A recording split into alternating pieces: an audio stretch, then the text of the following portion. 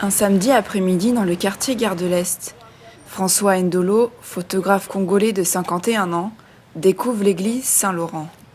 Tu sais que je suis là depuis 2 ans en train de travailler sur un projet qui consiste à travailler dans les églises. Donc là, j'ai trouvé une église, je crois que j'ai aussi un travail à faire. Depuis 2 ans, François sillonne les 4 coins de la France, Bretagne, Rhône-Alpes, Auvergne.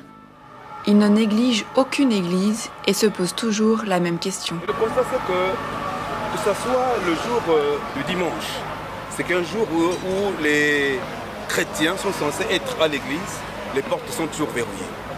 Je dis, mais tiens, mais finalement, est-ce que c'est devenu des monuments juste pour décorer la ville, pour décorer le pays? Je comprends. À l'intérieur de l'église, François observe et sort son appareil. Une fois de plus, les croyants ne sont pas nombreux. À la sortie de l'église, François part à la rencontre d'un sans-abri. Pourquoi İngiliz daha iyi diyor. Ben İngiliz'i seviyorum da. Ah, parce que tu crois. Ah ouais, parce que tu crois. Ouais, c'est bien. Donc tu pries parfois? Tu pries aussi? C'est bien. Mais écoute, je te donne de l'argent. C'est bon? Voilà. Voilà. C'est bon courage, hein? Faut croire, hein? Ağzı resme çekme hakkı yok. Sen normalde 20 euro. Son appareil toujours à portée de main, François immortalise sa nouvelle rencontre. En 2005, François participe avec d'autres Congolais à une formation sur la photographie d'art, un échange organisé par l'Union européenne. Son thème, le comportement des Congolais au bord de l'eau. Le Congolais en général, c'est un Congolais qui s'habille décemment.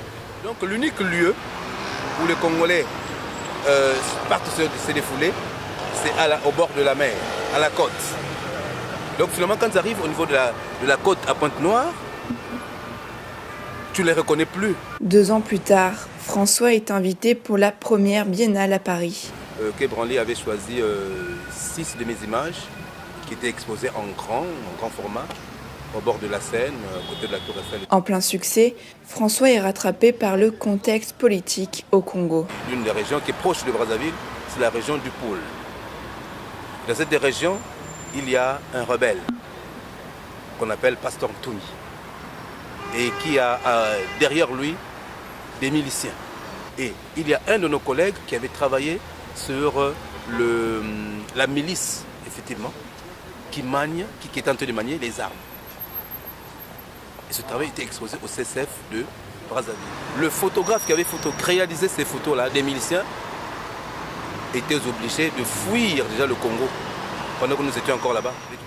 Donc quand le collègue là a fui, et derrière, puisque moi j'étais le directeur artistique, c'était moi qui étais en train de sélectionner les photos, et moi j'étais devenu finalement donc la cible des miliciens qui me recherchaient effectivement, parce que mais c'est eux, puisque nous les avons vus au CCF, c'est eux, c'est surtout lui, le responsable, c'est lui qui est à l'origine de cette exposition, alors que j'étais recherché.